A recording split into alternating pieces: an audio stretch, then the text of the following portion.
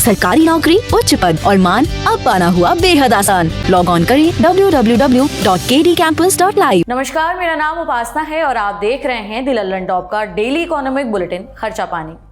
इस दिवाली दिल्ली में अपने होम स्वीट होम का सपना पूरा हो सकता है। दिल्ली विकास प्राधिकरण यानी डीडीए जल्द ही एक नई हाउसिंग स्कीम लॉन्च करने जा रहा है। न्यूज वेबसाइट मनी कंट्रोल की एक खबर में यह जानकारी दी गई है। उसके मुताबिक दिल्ली में दिवाली के आसपास ये हाउसिंग स्कीम लॉन्च हो सकती है। इस प्रस्तावित स्कीम में अलग अलग कैटेगरीज के करीबन 30,000 अपार्टमेंट लॉन्च किए जा सकते हैं।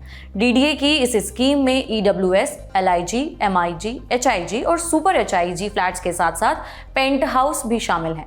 रिपोर्ट में दावा किया गया है कि नई हाउसिंग स्कीम में लोगों को पहले आओ और पहले पाओ के आधार पर घर खरीदने का मौका मिलेगा। अब जानते हैं कि किन जगहों पर आपके लिए घर लेने का मौका खुलने वाला है। रिपोर्ट के अनुसार डीडीए की नई स्कीम में Dwarka sector 19B, Dwarka sector 14, Narela, Vasant Kunj, Rohini, Loknayakpuram जैसे जगहों पर इस स्कीम के तहत घर ऑफर किए जा सकते हैं। स्कीम का ऐलान होने पर अन्य स्थानों की भी जानकारी मिलेगी। इकोनॉमिकली वीकर सेक्शन यानी ईडब्ल्यूएस कैटेगरी के लिए नरेला में 5,000 से ज्यादा फ्लैट लॉन्च हो सकते हैं। वहीं डीडीए की इस स्कीम में करीबन 2,000 एमआईजी फ्लैट और 1,600 एचआईजी फ्लैट लॉन्च किए जा सकते हैं। लोकनायकपुरम में करीबन 600 एमआईजी फ्लैट और 200 ईडब्ल्यूएस फ्लैट लॉन्च किए जा सकते हैं। प्रीमियम कैटेगरी की बात करें तो द्वारका सेक्टर 19B में करीबन 14 लग्जरी पेंट हाउस और एसएचआईजी कैटेगरी में करीबन 170 लग्जरी अपार्टमेंट खरीदने का मौका मिल सकता है। डीडीए की इस आने वाली स्कीम में सबसे खास बात यह है कि अगर किसी के पास कम पैसे हैं तो भी वे अपना आशियाना बना सकते हैं। इन फ्लैट्स की कीमत की बात करें तो ईडब्ल्यूएस फ्लैट 11 से 14 लाख रुपए में मिलेंगे। एलआईजी फ्लैट्स की कीमतें 15 से 30 लाख रुपए हो सकती हैं। वहीं एमआईजी फ्लैट की कीमतें 1 करोड़ से 1.3 करोड़ रुपए के बीच रहने का अनुमान है। इसी तरह एचआईजी अपार्टमेंट की कीमत करीबन 2.5 करोड़ रुपए हो सकती है, जबकि एसएचआईजी फ्लैट की कीमतें 3 करोड़ रुपए से शुरू होने का अनुमान है। हालांकि कीमतों की सटीक जानकारी स्कीम के लॉन्च होने के बाद ही पता चल पाएगी। रिपोर्ट्स के मुताबिक द्वारका के सेक्टर 19B में ईडब्ल्यूएस कैटेगरी वाले 700 से ज्यादा फ्लैट्स हैं। एमआईजी कैटेगरी में 900 से अधिक, सुपर एचआईजी कैटेगरी में 170 और पेंट हाउस के 14 फ्लैट्स अवेलेबल हैं। ज्यादा जानकारी के लिए आप डीडीए की वेबसाइट dda.gov.in पर भी अपडेट ले सकते हैं। ये तो हो गई डीडीए की स्कीम की बात, लेकिन सालों से अपने आशियाने का इंतजार कर रहे यूनिटेक ग्रुप के करीबन 30,000 घर खरीदारों को दिवाली से पहले बड़ी खुशखबरी मिली है। इन हजारों बायर्स के फंसे फ्लैट्स मिलने का रास्ता साफ हो गया है। सुप्रीम कोर्ट ने यूनिटेक लिमिटेड के नए मैनेजमेंट को मंजूरी दे दी है।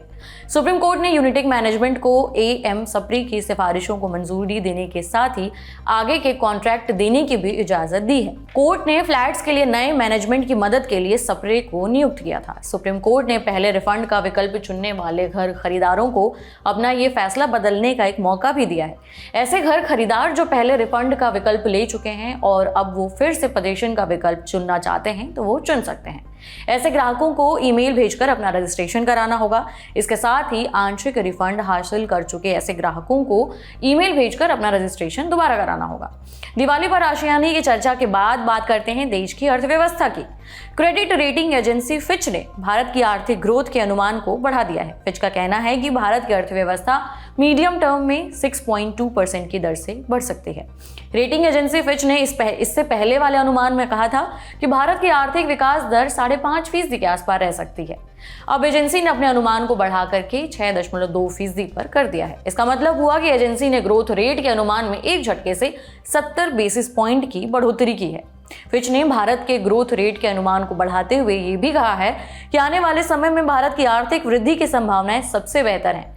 रेटिंग एजेंसी के मुताबिक आने वाले दिनों में टॉप 10 उभरती हुई अर्थव्यवस्थाओं में भारत की आर्थिक वृद्धि दर सबसे ज्यादा रहने वाली है। एजेंसी ने ग्रोथ रेट के अनुमान में बढ़ोतरी का कारण रोजगार के मामले में स्थिति में सुधार को बताया गया है। फिच की माने तो हालिया महीनों में भारत में रोजगार दर में सुधार हुआ है। हालांकि हाल ही में centre for monitoring Indian economy यानी CMIE की रिपोर्ट में कहा गया था कि अक्टूबर में देश में बेरोजगारी दर में जबरदस्त इजाफा हुआ है।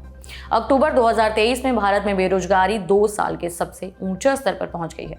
CMIE के मुताबिक अक्टूबर में बेरोजगारी की दर 10.05% तक पहुंच गई है। सितंबर 2023 में बेरोजगारी की दर 7.09% के आसपास रही थी। बेरोजगारी दर के ये आंकड़े मई 2021 के बाद सबसे ज्यादा हैं। CMIE का कहना है कि देश के ग्रामीण इलाकों में बेरोजगारी सबसे ज्यादा बढ़ी है। ग्रामीण इलाकों में बेरोजगारी दर 6.2% से बढ़कर 10.82% पर पहुंच गई है। हालांकि शहरों में बेरोजगारी दर ग्रामीण इलाकों के मुकाबले थोड़ी कम है। यहां पर बेरोजगारी की दर 8.44% दर्ज की गई है। आपको बता दें कि जहां एक तरफ फिच ने भारत की ग्रोथ का अनुमान बढ़ाया है, वहीं चीन के लिए एक बुरी खबर है। फिच ने चीन का मिड टर्म ग्रोथ अनुमान घटाकर 4.6% पर कर दिया है। ये था आज का खर्चा पानी। ये बुलेटिन लिखा था हमारे साथी प्रदीप यादव ने। आप अपनी राय यहाँ कमेंट बॉक्स में जरूर दें। अगले एपिसोड तक अपना ख्याल रखें। शुक्रिया। जिंदगी 365 दिन बहुत बिजी रहने वाली है, लेकिन लल्लन टॉप अड्डा सिर्फ 3 दिन रहने वाला है, 24, 25 और 26 नवंबर 2023। पहुंचिए दिल्ली के मेजर ध्यानचंद नेशनल स्टेडियम में। एंट्री फ्री है। सिर्फ आपको लल्लन टॉप की ऐप या वेबसाइट पर एक बैनर पर क्लिक करके रजिस्ट्रेशन कराना होगा।